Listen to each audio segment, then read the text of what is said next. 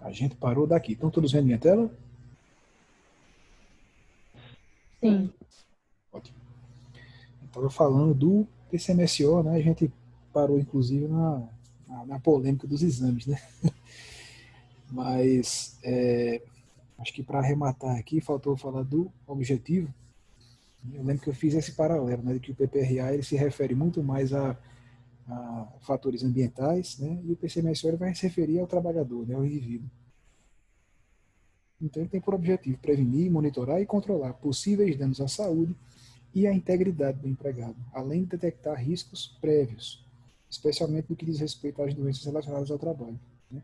É do interesse da empresa, né, saber se o colaborador já começa, né, o seu contrato de trabalho com alguma doença pré-existente, né? Isso pode evitar alguns embaraços, né, trabalhistas mais adiante, né? Não que isso vá ser considerado um fator de classificação, né? Em alguns casos até pode ser, né?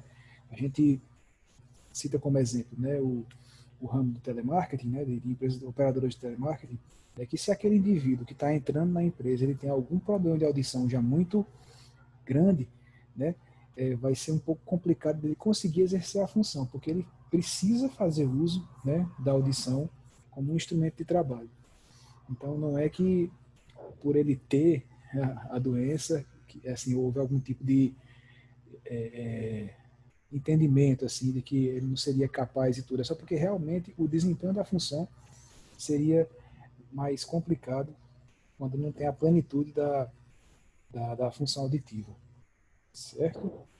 Vitor, eu tenho uma dúvida Pois a não. respeito do PCMSO e do PPRA. Sim, No caso dos home office, eles entram também ou não? entram sim. Entram, Né? né? Entram sim. O PCMSO ele também entra, né?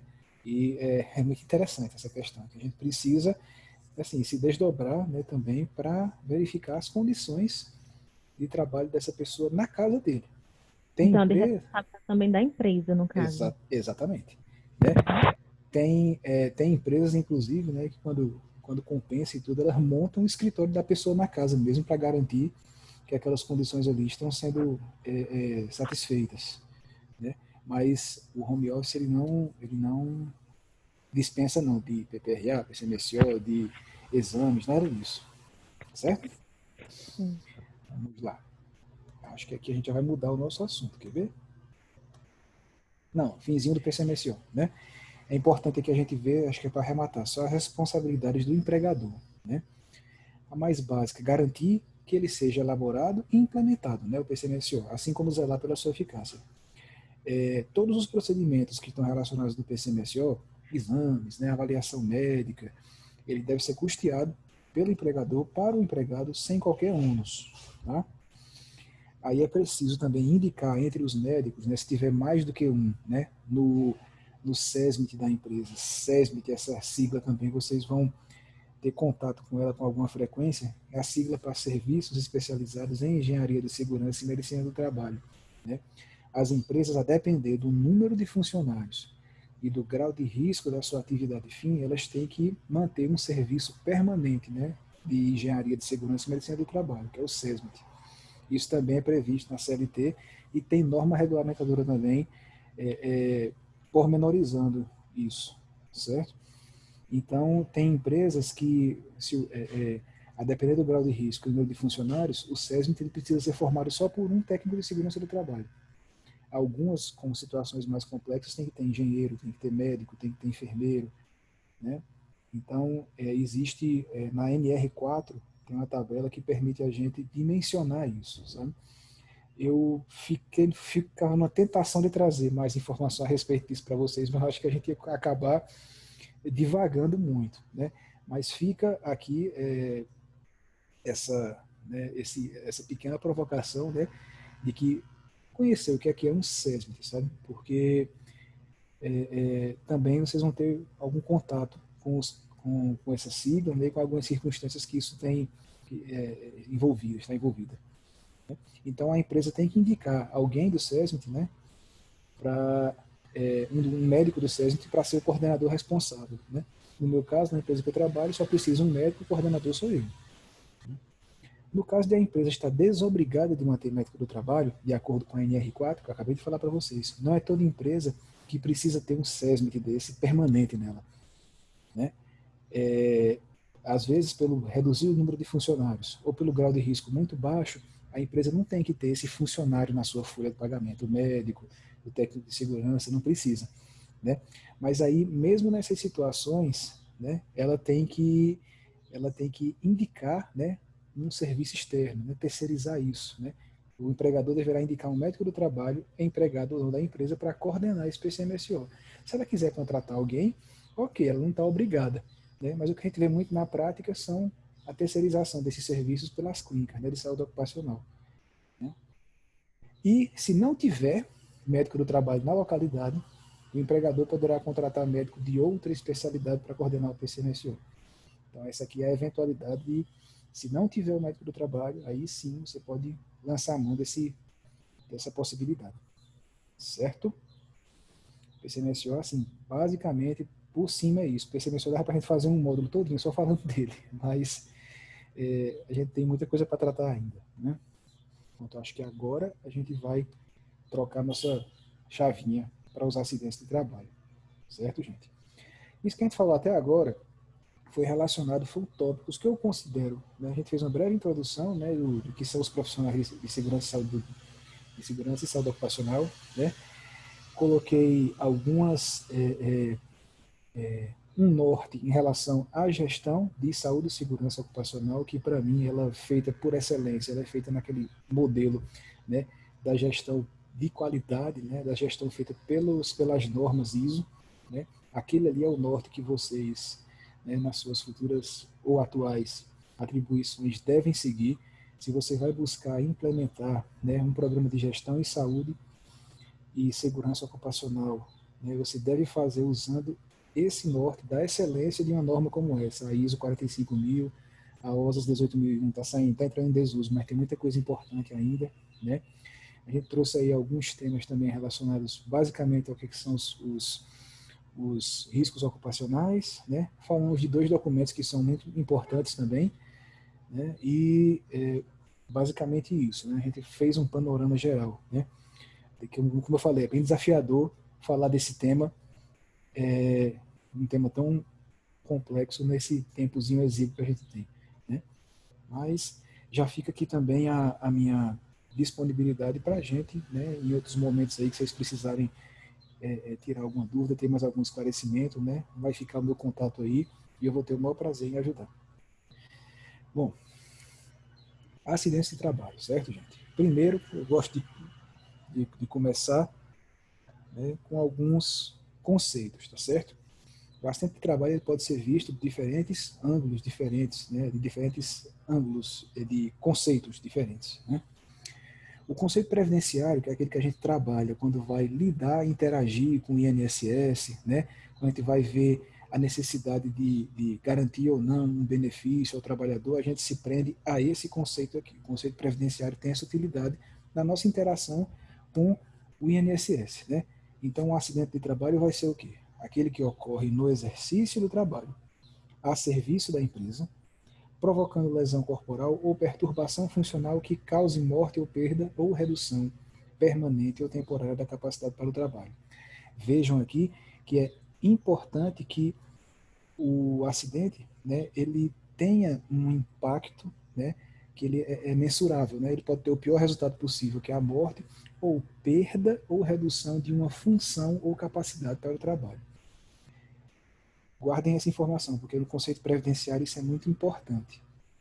Quando a gente passa para o conceito prevencionista, que é aquele que eu quero que a gente trabalhe quando estiver fazendo gestão de saúde e segurança ocupacional, né? Olha só a diferença. Ocorrência imprevista e indesejável. Instantânea, né? Ocorrida ali de uma maneira tempestiva ou não, relacionada ao exercício do trabalho, que resulte, aí olha aqui que importante, ou possa resultar em lesão pessoal. Aqui não necessariamente eu tive o desfecho que o conceito previdenciário coloca. Eu não tive morte, perda ou redução de função, não. Aqui, só o vislumbre, né, só a possibilidade de uma lesão, ela já me autoriza a incluir, né, nessa questão do conceito prevencionista de acidente de trabalho. É esse conceito que a gente deve trabalhar quando estiver fazendo gestão de saúde e segurança ocupacional. Previdenciário é importante? É sim, muito. Né? Para fins burocráticos, né? Para a gente fazer as interações com o INSS, para fins também tributários, né? Porque a empresa ela é tributada de acordo com os dados de segurança do trabalho dela. Se aquela empresa ela teve mais acidentes de trabalho, teve mais afastamentos para o INSS, esse impacto vai ser sentido no tributo dela. Né? Existem alguns índices, né, como o fator acidentário previdenciário, que ele vai multiplicar, né, um tributo devido, né, da empresa de acordo com o desempenho dela em saúde e segurança do trabalho. Então, o conceito previdenciário é muito importante para isso, né? Mas aqui, para a gente fazer gestão, a gente quer trabalhar o conceito prevencionista, né? Esse é que é o bacana, esse é o que vai nos trazer os bons resultados de gestão, tá? Aí, olha só aqui, duas situações que eu quero... Vitor, Oi, pois não. tu pode dar um exemplo desse conceito prevencionista? Pronto, claro. O conceito prevencionista, olha só. Vamos supor que a gente está na empresa, né? Você tem um funcionário que é um motorista, tá? O acidente, né, de trabalho, no conceito previdenciário, né, seria se essa pessoa ela batesse o carro, virasse esse carro e chegasse a morrer ou ter alguma lesão que fizesse com que ele perdesse, vamos supor, a função do braço dele direito, ou então que a função desse braço ficasse reduzida, ele ficasse com diminuição de força, seria um acidente que necessariamente ia causar ou a morte ou a perda de uma função do corpo dele, função da visão, função do braço direito, função locomotora, né? Ou então a redução de uma dessas funções, né? Se a pessoa pode manter alguma função ainda no braço, mas ela ficou com a força reduzida, vamos supor. Guarda aí em mente esse acidente, né? Um acidente, o motorista da empresa vai, virou o carro e aconteceu isso.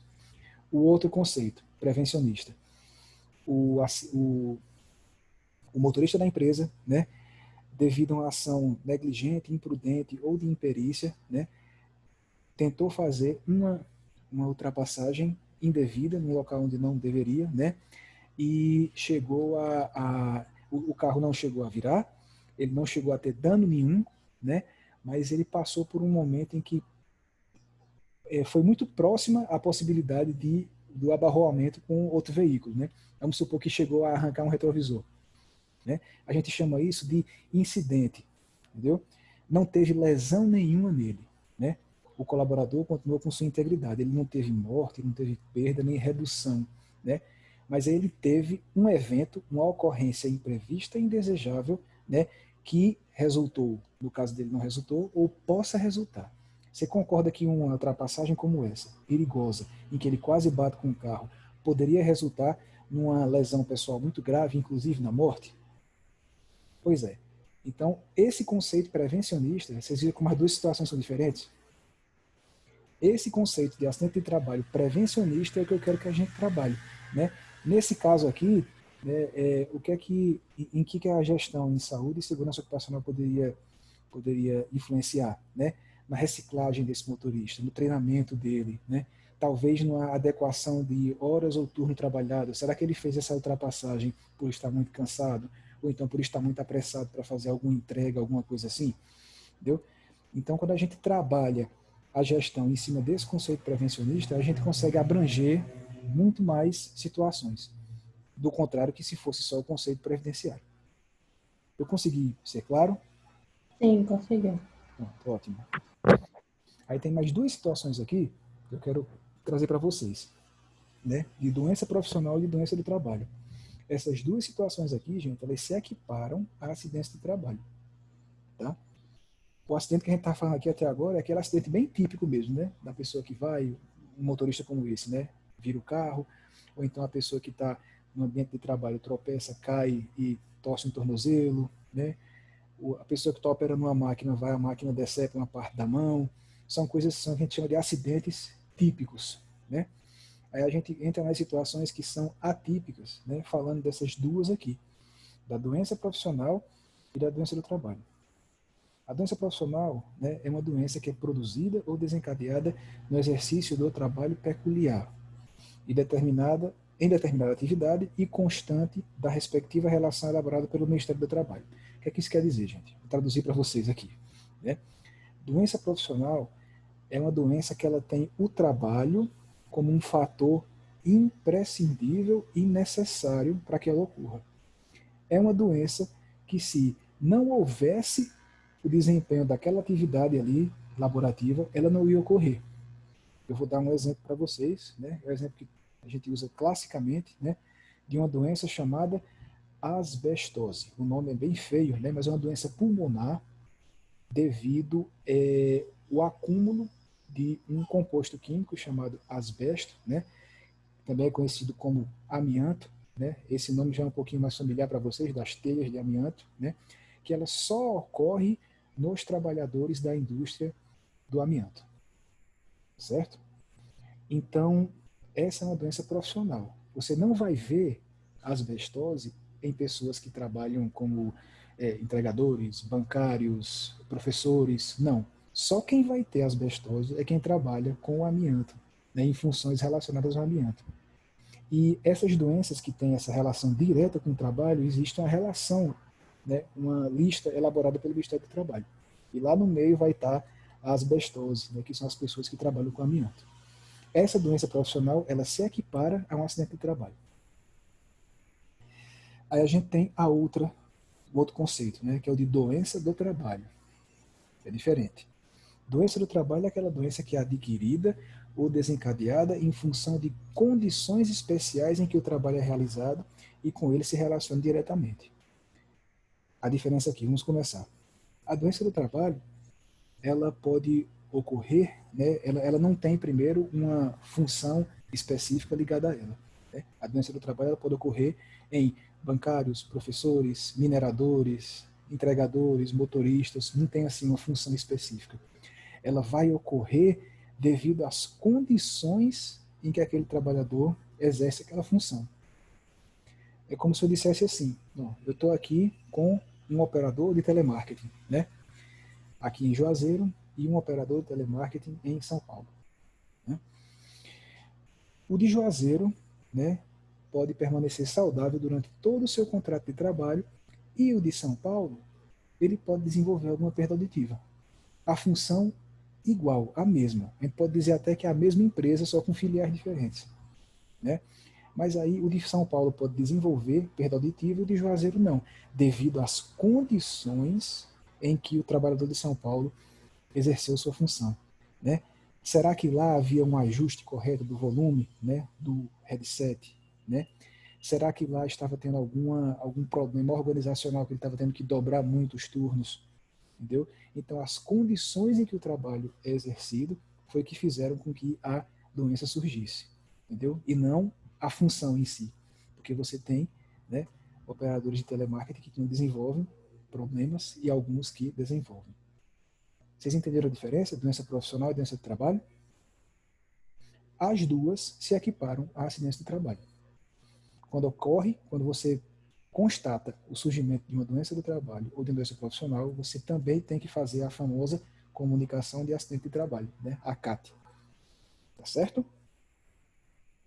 Dos conceitinhos. Pronto. Alguns conceitos para ir situando a gente. Oi, pois não. E quando é a gente da psicologia, né? Quando é algo que é subjetivo, da doença do trabalho, também tem que ser realizada a CAT? A gente tem os transtornos mentais relacionados ao trabalho, certo? A gente vai fazer, já vamos falar aqui da investigação dos acidentes de trabalho, e a gente vai ver que o método que é colocado, ele é possível de ser aplicado em todas as circunstâncias, né? Essas de acidentes típicos, essas de doenças profissionais e essas de doença do trabalho. Né? O nexo que a gente fala entre um transtorno mental e atividade laborativa, ele é um nexo um pouco mais complexo de ser feito. Né? Que a gente sabe que o transtorno mental, o transtorno psiquiátrico, né, as neuroses ou psicoses, elas são multifatoriais, né? Então, você conseguir fazer, né, uma relação de nexo, né, robusta o suficiente para implicar aquela atividade laborativa, é preciso realmente ter profissionais que são bem capacitados para poder fazer isso, porque é muito passível de contestações, né, de revisões em ações trabalhistas, por exemplo, né, os peritos podem colocar diversas situações que, se não foi feita uma investigação bem feita, né, você não consegue fechar esse nexo que a gente chama, né? Mas sim, né, os transtornos, né, da seara das doenças psíquicas também entram aqui, certo? Inclusive, é transtorno de notificação obrigatória no Ministério da Saúde, né, no Sistema de Vigilância Sanitária, o TMRT, né, que é o transtorno mental relacionado ao trabalho. Tá? A gente tem até ficha própria para isso. Tá? Adiante. Aí, olha só. Aqui, para fim de concessão de benefício, ou seja, em relação ao conceito previdenciário, a gente tem algumas situações também que a gente tem que considerar, como acidente de trabalho. Olha só, atos de agressão, sabotagem ou terrorismo praticados por terceiros ou companheiros de trabalho, né, se a pessoa foi vítima disso, né, isso também é acidente de trabalho. Ofensa física intencional por motivo de disputa, aqui esse dia não tinha, relacionado ao trabalho, também é acidente de trabalho. Ato de imprudência, negligência ou imperícia de terceiro ou companheiro de trabalho, né, também é acidente de trabalho. Aquela coisa, eita, foi sem querer, você tropeçou aqui no meu pé que estava, caiu, quebrou um braço. Sinto muito, é acidente de trabalho também, né? Foi uma negligência, foi uma imprudência, né? Ato de pessoa privada do uso da razão, de repente um companheiro de trabalho entra num surto psicótico, machuca alguém, isso é um acidente de trabalho, né? E as situações relacionadas a intempéries e desastres, né? Ó, desabamento, inundação, incêndio e outros casos fortuitos ou decorrentes de força maior. Tudo isso é acidente de trabalho. E, né, o tal do acidente de percurso também, gente. O percurso da residência para o local de trabalho. Né? Isso aqui ele acontece quando o trabalhador ele está nesse percurso necessariamente, ou então quando está em deslocamento a serviço da empresa. Né? Tem um entendimento recente de que isso não deixou de ser caracterizado como acidente de trabalho para os fins previdenciários, para dar estabilidade para o trabalhador. Esse entendimento ele continua. Só que o acidente de percurso, ele não, o entendimento recente, né, dos juristas aí, dos juízes, é de que ele não deve influenciar a tributação da empresa, porque entendeu-se que são fatores que ali fica difícil a empresa manter sob sua tutela, sob seu cuidado, o trabalhador numa situação como essa, né? Porque o acidente de trajeto ele acontece, inclusive, quando o deslocamento é feito com um veículo particular da pessoa. Então, são situações que para o empregador ele ter controle sobre é muito complicado. Né? Você vai ter que, olha só, eu vou ter que dar um jeito da pessoa ser prudente no trânsito, usar capacete, né? Não ultrapassar. Pois é, não ultrapassar pela direita, enfim. Então, o entendimento foi de que esses acidentes, né, eles não deveriam influenciar na tributação da empresa. Né? Eles continuam tendo que ter a emissão da CAT, continua, assim, se for o caso de encaminhar para o INSS, né, verificar o nexo, gerar estabilidade, mas para influenciar no tributo da empresa, não. Certo?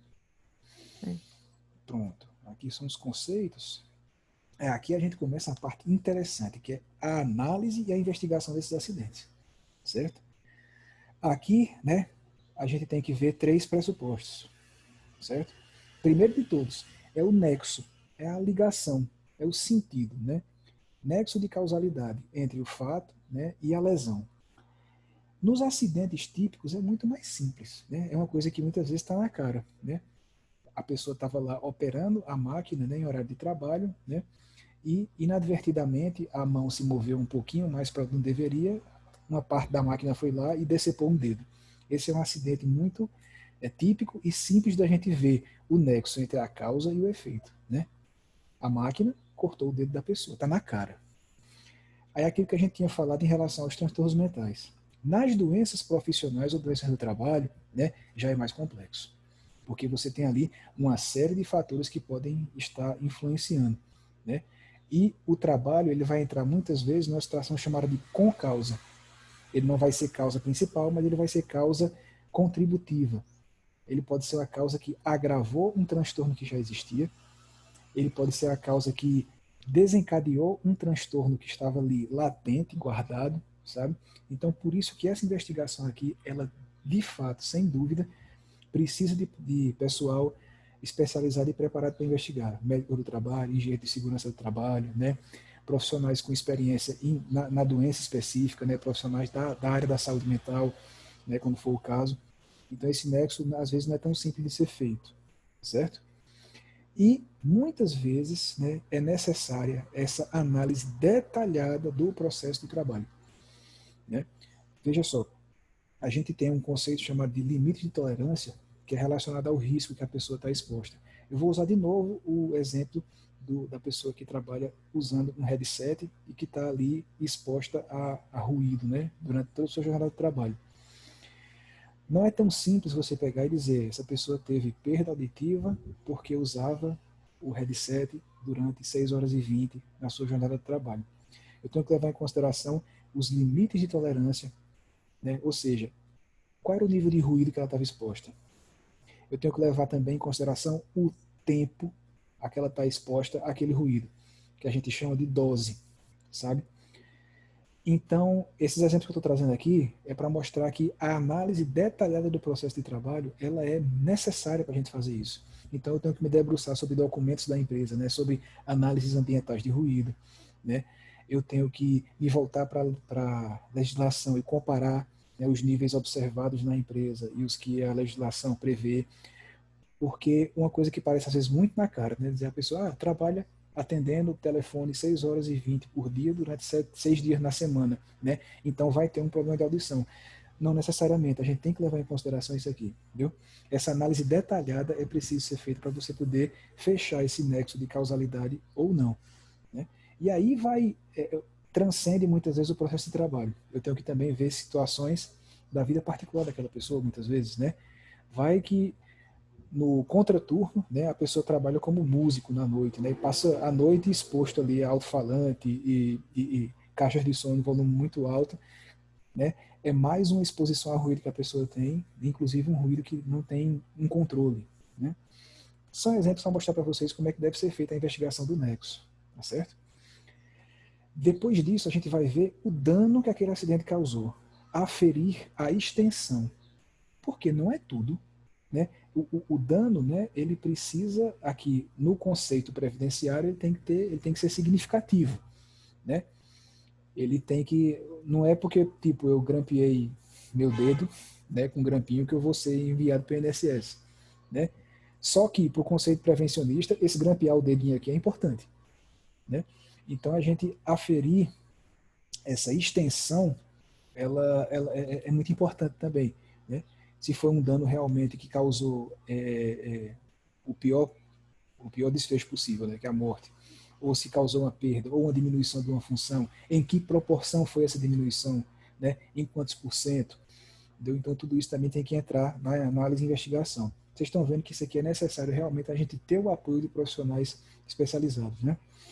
E aqui que vai ter implicações relacionadas à seara jurídica, né? A questão da culpa, né? Verificar, porque a gente tem um princípio, né, que existe a obrigação de reparar por conta do empregador se foi verificada culpa, né, em relação à ocorrência daquele acidente. Culpa em direito é se houve imperícia, imprudência ou negligência. Então, essa situação de culpa também tem que ser visualizada, né, investigada se ela ocorreu, tá certo? Aí, exemplos aqui, ó. Falta de EPI, foi negligência, né? A pessoa que vamos supor, sofreu um trauma craniano, né, numa empresa de construção civil, porque caiu um tijolo lá de cima, né? A culpa da empresa está sendo constatada porque não forneceu o capacete, né? Ou então porque estava em atraso, ou então porque aquele capacete ali ele já estava demorando muito tempo para ser trocado, já estava desgastado, né? Não deu a proteção necessária.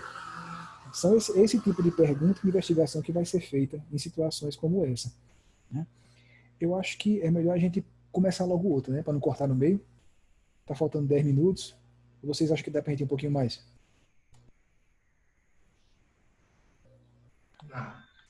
Eu acho que pode mandar o outro. Mandar o outro logo, né? Pois eu vou parar aqui, certo? e vou gravar e mandar o outro link, tá bom? Ok.